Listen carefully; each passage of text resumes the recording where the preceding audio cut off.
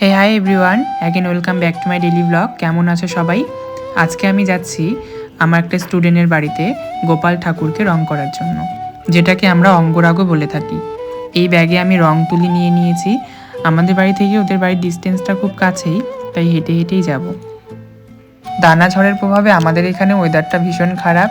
এই বৃষ্টি হচ্ছে, এই হাওয়া হচ্ছে, আবার এই রোদ উঠছে। আকাশটাও ভীষণ কালো করে আছে। এই তো আমি চলেও এলাম। খুব এক্সাইটেডও লাগছে যে আমার হাতে আজকে গোপাল সেজে উঠবে। ওরা যখন গোপাল এনেছিল তখন আমিই অঙ্গরাগ করে দিয়েছিলাম। সে 1-1.5 বছর হয়তো হবে। রংটা প্রায় উঠে গিয়েছে। কাকিমণি আমাকে অনেক দিন থেকেই বলে আমাদের গোপালটাকে আরেকদিন সাজিয়ে দিস। আমারও সময় হয়ে ওঠে না, বা আমার সময় হলে হয়তো ওরাও বাড়িতে থাকে না, বা ওদেরও ব্যস্ততা থাকে। আজ তাই আগে থেকে কথা বলেই একদম সময় করে চলে গেলাম। আর আমি প্রথমেই যে বললাম আমার এক স্টুডেন্টের বাড়ি যাচ্ছে, যে এই হলো আমার এক স্টুডেন্ট। ওদের বাড়িতেই আজকে আমি গোপালের অঙ্গরাগ করাবো। আর এই দেখো গোপু কি সুন্দর একটা ড্রেস পরে বসে আছে। যেহেতু রঙের কাজ রয়েছে সেজন্য গোপালকে যে যে জুয়েলারি পরানো ছিল সেগুলো সে খুলে দিল। একেবারে যে রং উঠে গেছে তা নয়, কিছু কিছু জায়গায় উঠে গেছে, সেগুলোই আমি কারেকশন করব। আমি কালার হিসাবে ইউজ করব ফেব্রিক কালারগুলো যেগুলো হয় সেগুলো। এটা হলো আগের, মানে দেখো কিছু কিছু জায়গায় রং উঠে গেছে, সেগুলোই আমি করব। প্রথমেই আমি বেস কালার হিসাবে ইউজ করে নিব হোয়াইট কালারের ফেব্রিক, যেহেতু হোয়াইট কালারের ওপর যে কোনো রং খুব সুন্দরভাবে ফুটে ওঠে।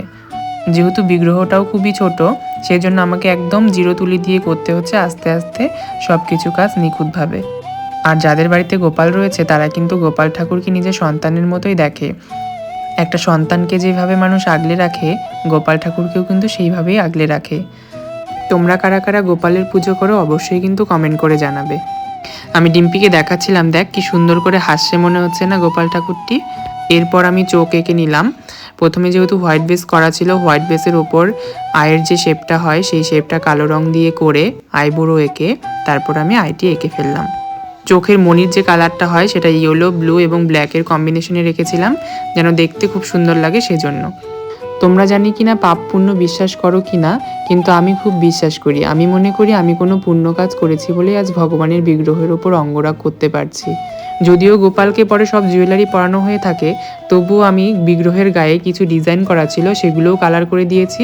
এছাড়াও আমি 2 হাতে 2টো বাজু, 2 হাতে 2টা বালা এবং একটা লাড্ডু ছিল, সেই লাড্ডুটাকেও লাড্ডুর মতো কালার করে নিয়েছি।